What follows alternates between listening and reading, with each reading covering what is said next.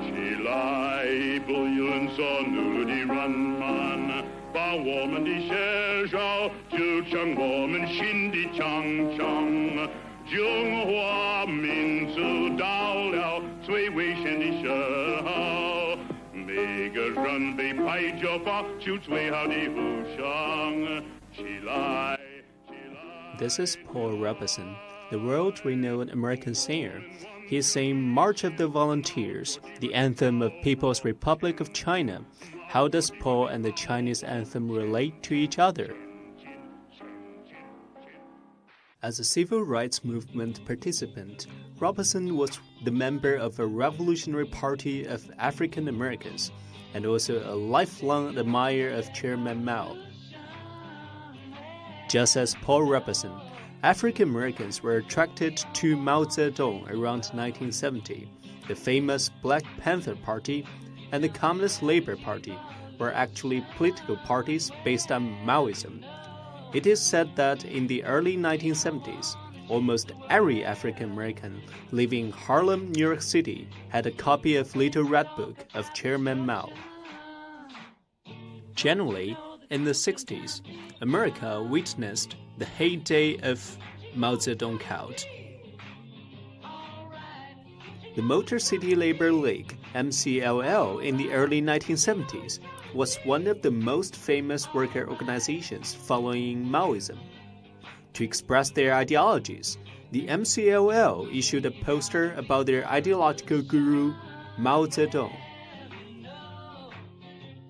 On the left of Mao's photo, we find Mao's famous saying in English, "A revolution is not a dinner party or writing an essay. A revolution is an insurrection, an act of violence by which one class overthrows another." The marriage of American students and Maoism gave rise to many student Maoist organizations. Now, let's hear two short speeches from them.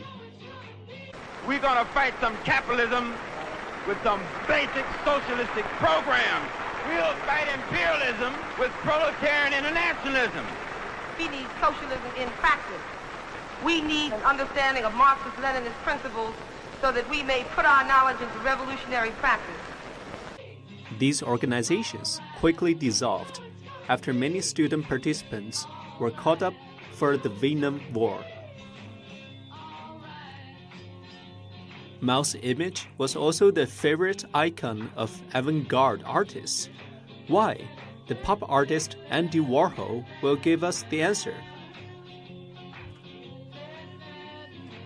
Intrigued by the ubiquity of Mao's images around the world, Andy Warhol decided to make a poster for Mao in 1972. But his intention was not driven by politics.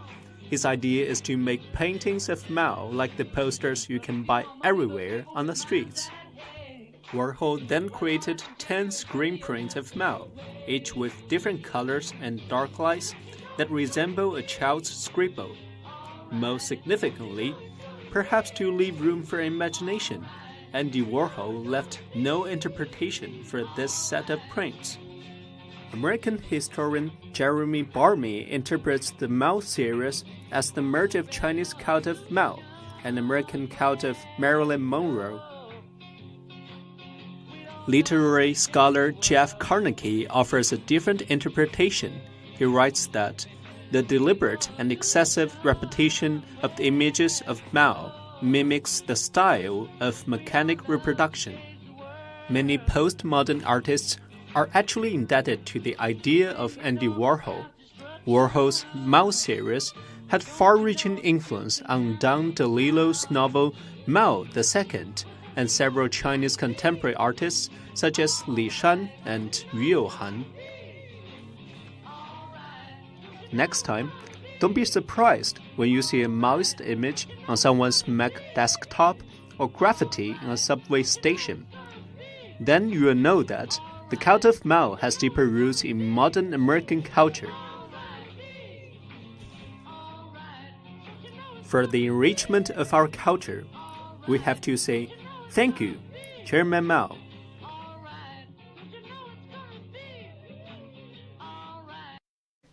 For this part of the video, we are introducing media about the May 1968 event in France. In May 1968, a major confrontation occurred in which students in Paris walked down the street to form a movement against the conservative government of General Charles de Gaulle, and later brought out workers on strike. The movement started with the National Student Union and the Union of University Teachers calling a march to protest against the police invasion of Sorbonne. It nearly led to the collapse of the government and made huge political and social impact on France.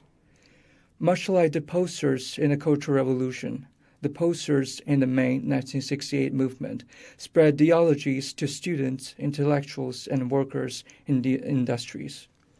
Movement activists made handmade posters and used them to convey the protesters' grievances during the uprisings. The productions were unorganized, filled with everyday people who had been showing a solidarity without the differences of class, age, and education.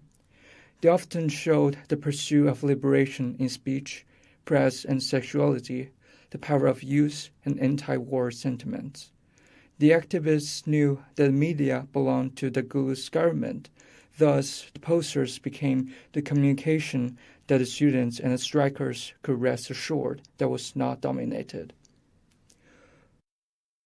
Movies that convey a specific political reflection, often called militant cinema, became a trend in France after the May 1968 movement.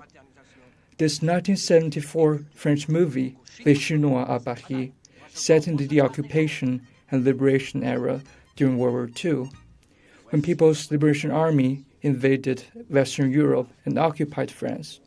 On one hand, French people were terrified as the president fled to the United States and made a division of whether follow the leadership of the Chinese army or resist. On the other hand, the Liberation Army was eager to replace the cultural and political structure with communist ideologies, such as banning alcohol and sex. The movie reached its peak during the scene in which the French government wanted to please the leaders of the People's Liberation Army by designing a French opera, Carmen, with ideologies of Chinese communism.